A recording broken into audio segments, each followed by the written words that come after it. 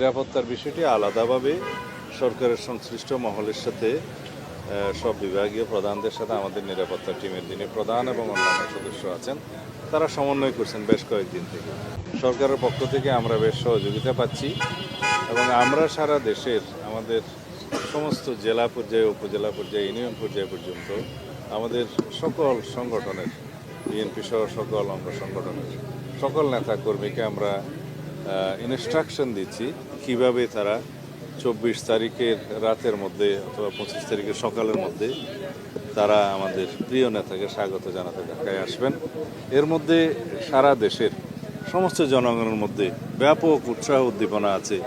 দীর্ঘ 17 বছরের কষ্টের নির্বাসিত জীবন শেষে আমাদের এই দেশের গণতন্ত্রের রক্ষা কবচ, আমাদের আগামীর বাংলাদেশের যিনি নেতৃত্ব দেবেন ইনশাআল্লাহ তাকে এক নজর দেখার জন্য আমরা গণতন্ত্র অবমুক্ত করতে পেরেছি। ফ্যাসিবাদের বিরুদ্ধে সংগ্রাম করতে করতে এই ফ্যাসিবাদ বিরোধী রাজনৈতিক সংগ্রাম, গণতান্ত্রিক সংগ্রামের সুদীর্ঘ 16-17 বছর তিনি নেতৃত্ব দিয়েছেন আমাদের।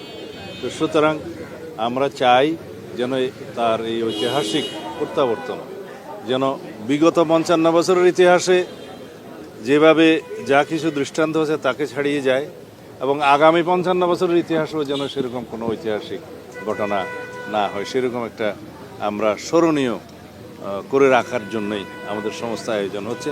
আশা করি সারা দেশের মানুষের জন্য অপেক্ষা করছে। আপনাদের সকলের সহযোগিতা প্রয়োজন। আমরা সময় মতো দেশের সকল media, electronic, print media, online media সহ সকলের সাথে এবং বিদেশি মিডিয়াও যারা এখানে কর্মরত আছে, কার্যকর আছে, তাদের সকলের সাথে কথা বলব।